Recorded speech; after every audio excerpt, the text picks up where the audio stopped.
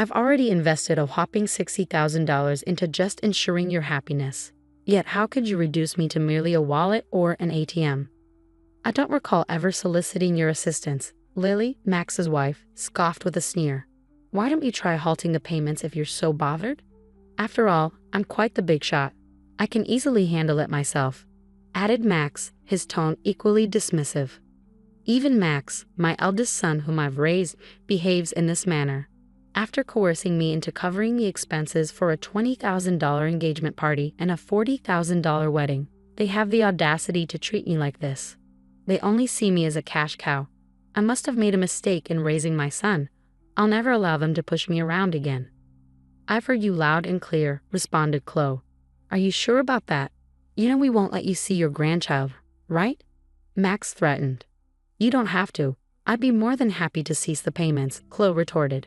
From that point on, Max and Lily experienced a swift downfall. They had been treating Chloe like a money tree. My name is Chloe.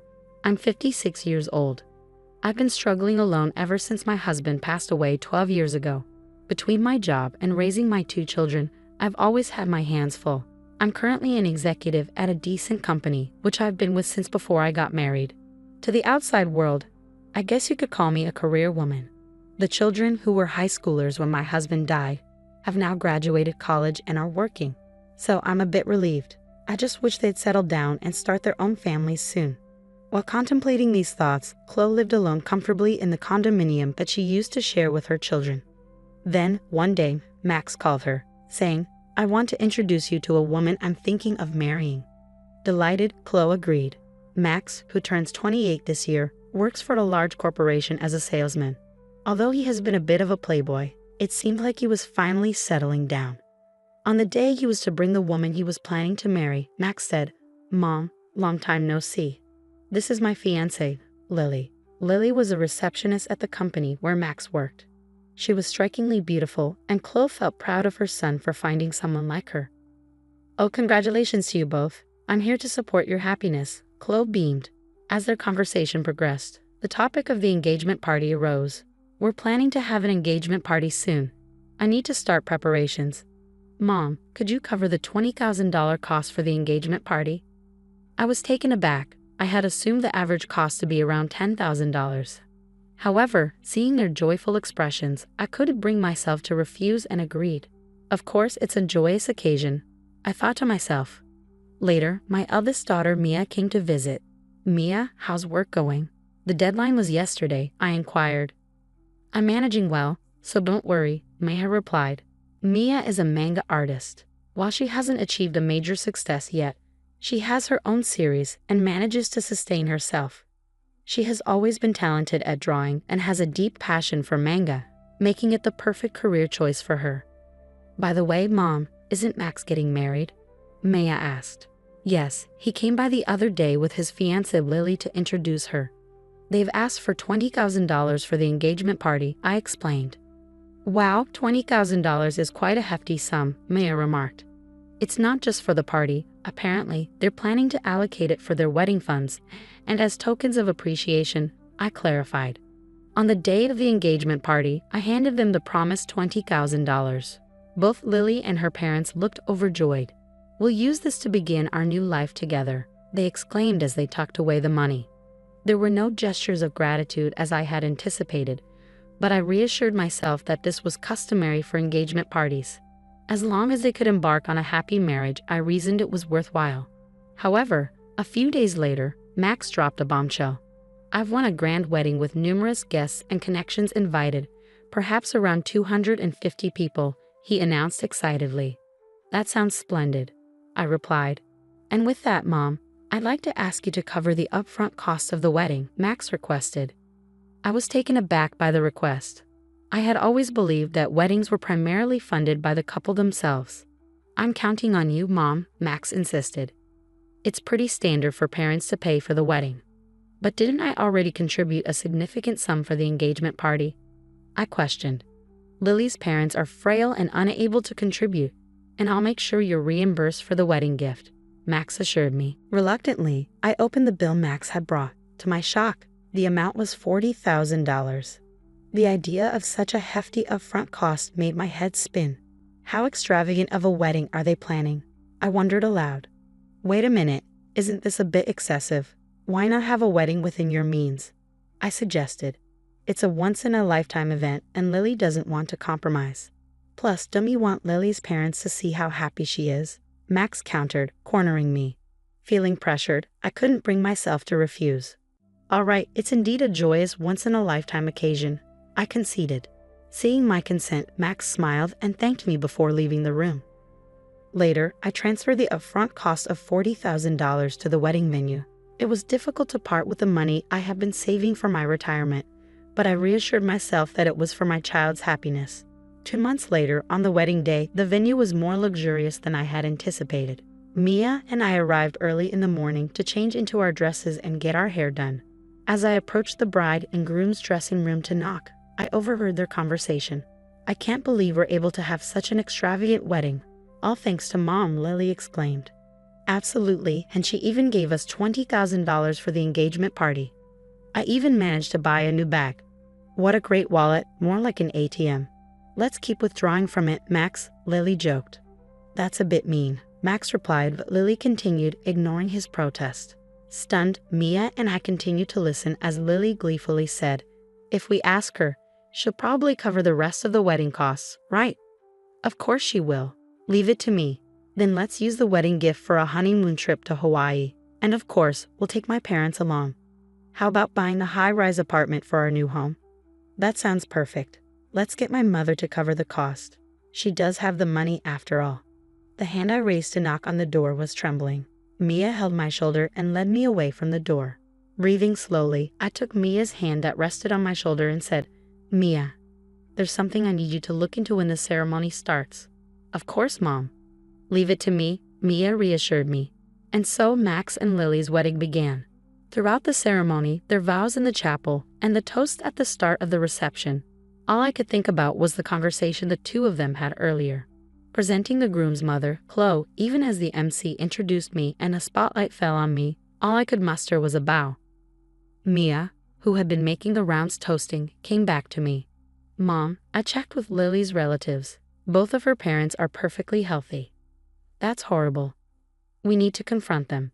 I'll be right there with you, I assured Mia. As Mia said this, it was time for the first wardrobe change. Lily exited first, then it was Max's turn. Now the groom will exit, escorting him is his mother, Chloe, who raised him single-handedly, the MC announced. Called upon, I walked down the aisle to meet Max. A little tipsy, Max was in high spirits, announcing into the MC's microphone. This is my amazing mom.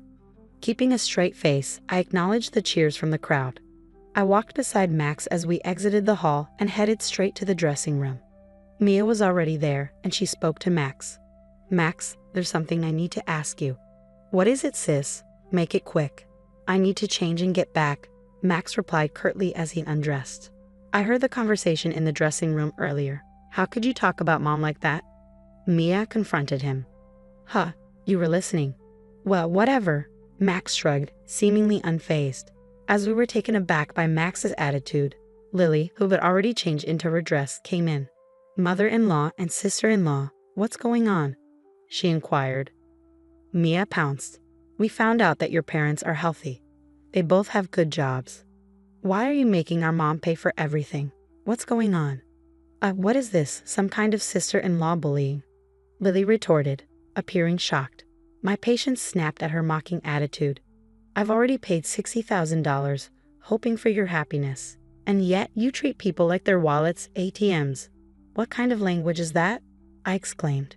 Hearing this, Lily laughed as if it was a joke, acting all high and mighty. For such a small sum. We're not in your debt. Besides, it's normal for the groom's parents to pay for the wedding, right?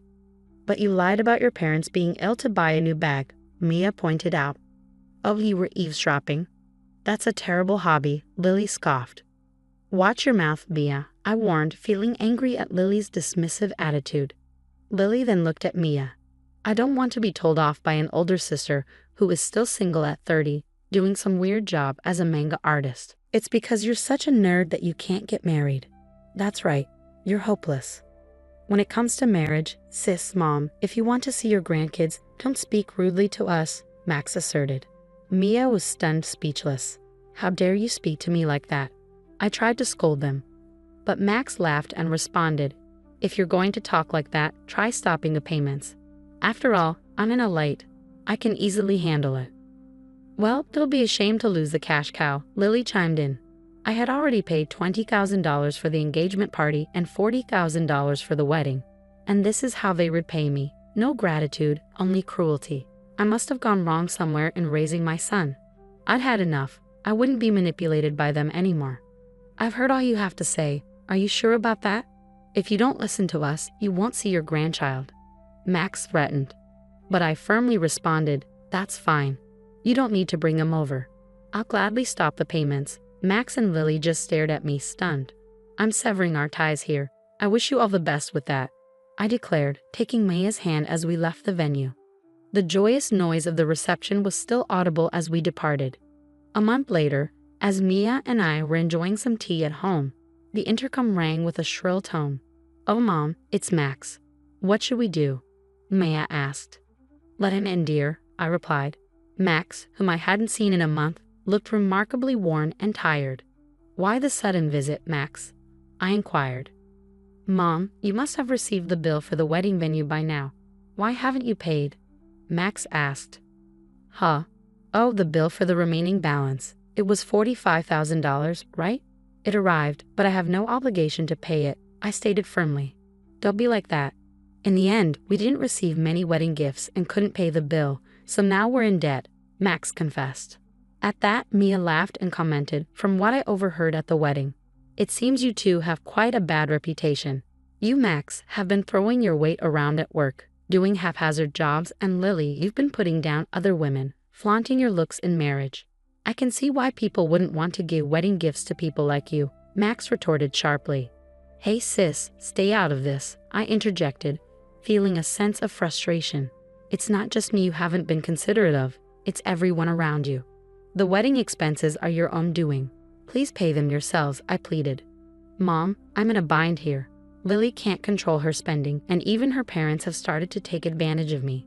Lily's love of money isn't exactly a new revelation, Mom. Plus, having seen Lily, I can easily imagine her parents behaving the same way. Please, Mom, think about helping us. Give us some money, Max begged desperately. To Max's desperate plea, I sternly replied, you were the one who said, I'm in a light. It'll be a piece of cake, and told me to stop making payments, weren't you? And didn't you say that we were severing our ties? I have no obligation to give you any more money. Mom, don't call me Mom. I don't want to be called that by someone who has only ever seen me as a cash cow. To be honest, I'd like you to repay me for the wedding and the engagement party, but I'll write it off as a settlement payment. Now please leave. Max, who had looked shocked, now had a malicious look on his face. Hey, are you really okay with this, Mom? Cutting ties with us like that? How will you spend your old age without a husband? Don't you want to see your grandchild? He pressed. Before I could respond, Mia intervened. Don't worry about that. I will be by Mom's side. And what can an unsuccessful comic artist like you do? You can't even have children, she taunted.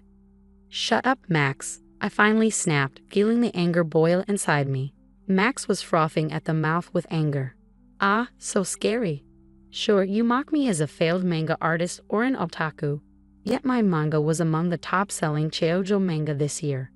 Did you know it's set to be turned into an anime and a movie next year? Safe to say I'm in a much better financial state than you and your debts, Mia revealed confidently. At this point, Max noticed something.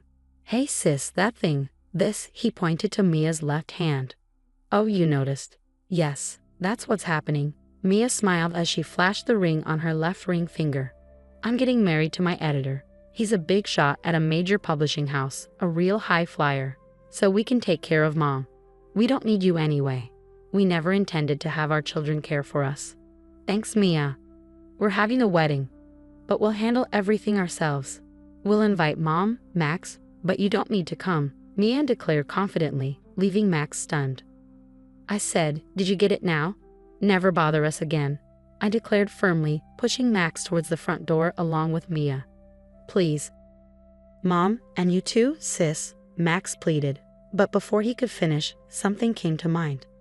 What are you going to give us, money? Max asked eagerly. Upon hearing this, I turned to him with a stern expression. That director at your wedding. Turns out, I didn't know, but he's a client of my company. It seems you're hiring, and all your undeserved privileges were out of consideration for me. I told him to stop that though. What, you didn't hear about this? Stop it. Please handle it on your own now. Goodbye, I said firmly as Mia and I pushed Max outside and firmly locked the door. Max made a fuss outside, but after ignoring him for a while, it became quiet. A year passed since then. Right after that incident, I sold the house to avoid Max and Lily's visit and bought an apartment with elderly services for my old age. According to a neighbor from my condo, Max and Lily showed up and created a scene, asking why I wasn't there. Hence, I believe my decision was the right one. As for Max and Lily, they abandoned their dream of a luxury high-rise apartment and now live in a cramped space. Max, it seems, was demoted after his actions were reviewed. Perhaps hurt from falling from his elite status, Max worsened his attitude towards others. It's surprising he's not fired yet. Lily, who quit her job upon marriage, continued to splurge for a while, but their funds quickly ran out. Even with their debts, Lily's luxurious habits did not change, and her parents continued to demand money. Apparently, they quarreled daily. I hope the two learn the hardship of earning money and appreciate the people around them and grow up, though that might be too much to ask from them. I still maintain a good relationship with Mia. Mia's husband is a good man who treats me well, and they are expecting a baby. I plan to spoil my lovely daughter and grandchild, and looking forward to it keeps me working every day.